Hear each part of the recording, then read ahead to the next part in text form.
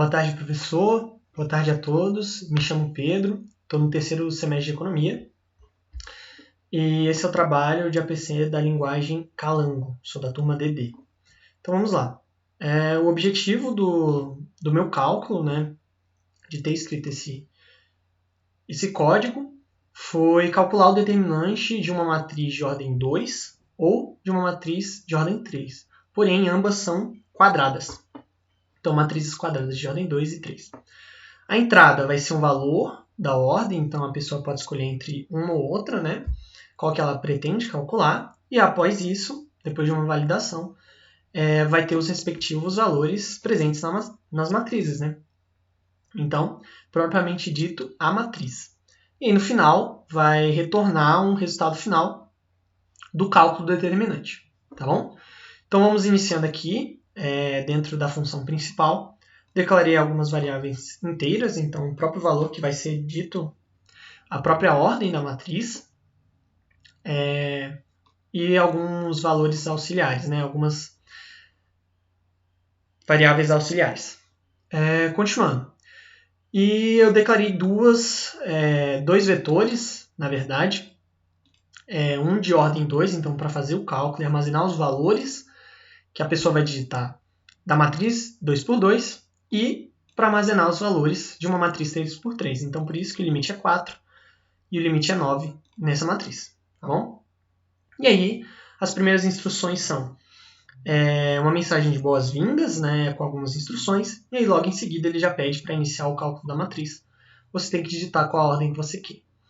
Digitei o valor, ele vai fazer esse cálculo, que é uma variável auxiliar que eu coloquei para que fique automático na hora quando eu iniciar o para. O que isso significa? Ele vai pegar o valor n e multiplicar por ele mesmo, ou seja, ao quadrado.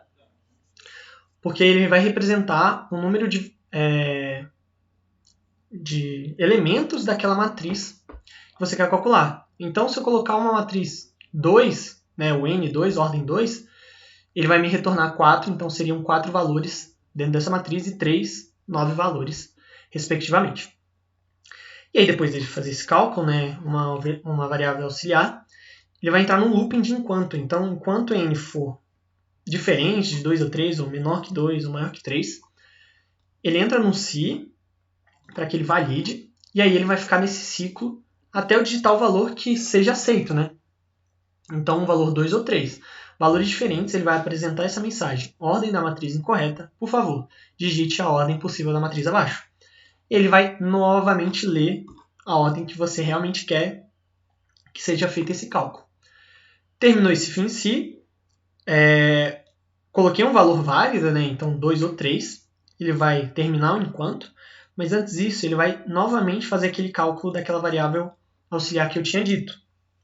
Então, para que ele fique automatizado. Caso fosse uma matriz 4x4, então ele já ia me retornar um valor de 16 elementos, automaticamente. E aí a gente entra na validação, né? Então, se um valor é igual a 2, digite os valores dessa matriz, né, os elementos, A1, A12, A21, A22. Vai entrar numa sequência de para, então aquela variável auxiliar que vai ajudar a gente, de 0 até nf-1. Então, aquele cálculo, né, do valor de n. E aí depois ele vai ler os elementos, né, que você quer dentro da sua matriz. Terminou, fim para. Se não, então se o valor não é igual a 2, ele vai entrar num valor igual a 3 e vai fazer a mesma coisa. Então, lê a sequência de números nessa ordem, né, para que ele não se confunda, entrar no para, fim para. E aí, antes da gente apresentar o resultado final, ele vai fazer o cálculo do determinante de ordem 2 ou determinante de ordem 3 dentro das funções que eu declarei. Então, declarei duas funções para os cálculos diferentes, né? Declarei como real determinante 2, né, de ordem 2. Declarei aqui aquele vetor, né, então ele vai retomar os valores que já foram armazenados anteriormente, o inteiro n, que vai ajudar no nosso cálculo, né? Depois eu declarei as variáveis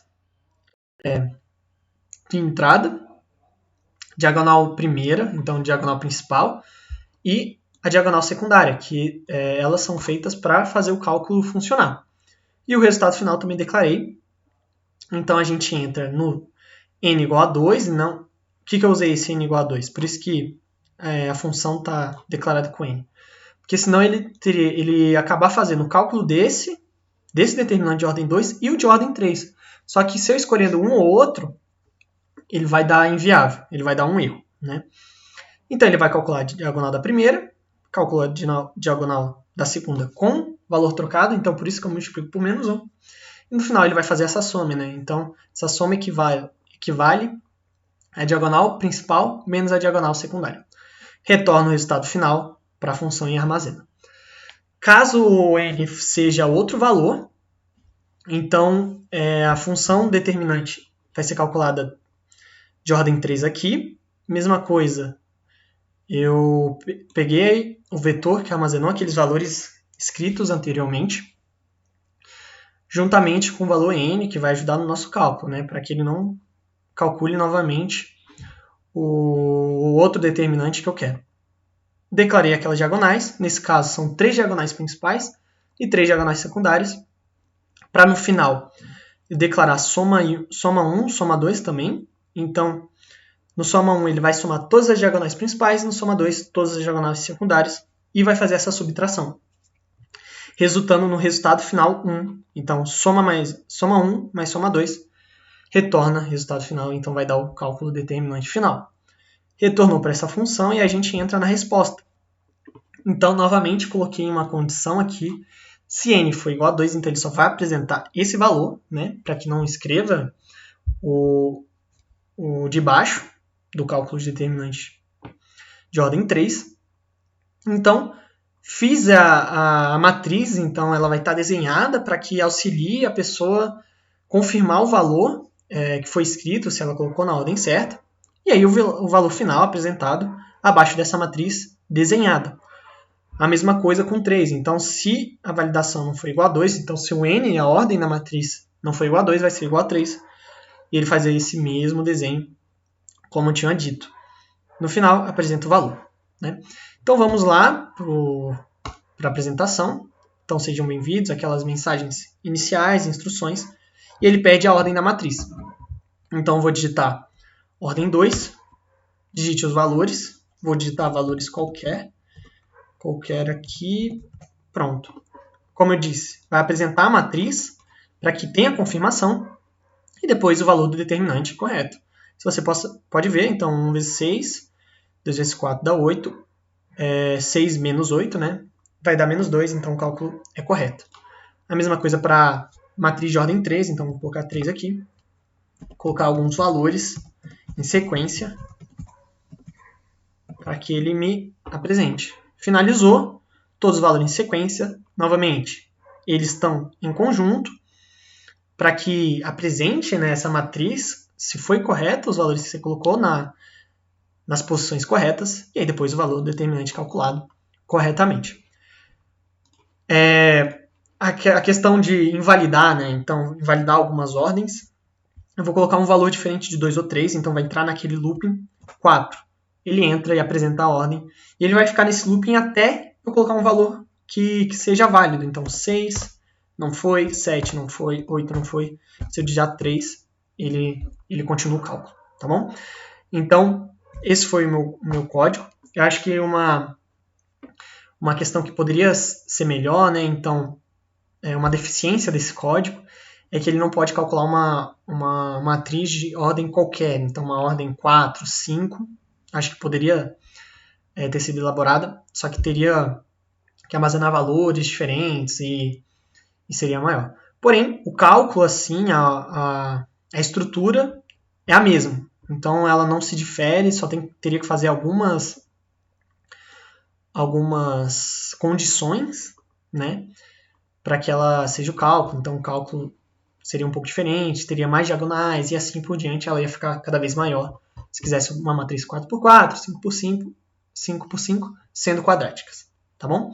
Então esse foi o meu código.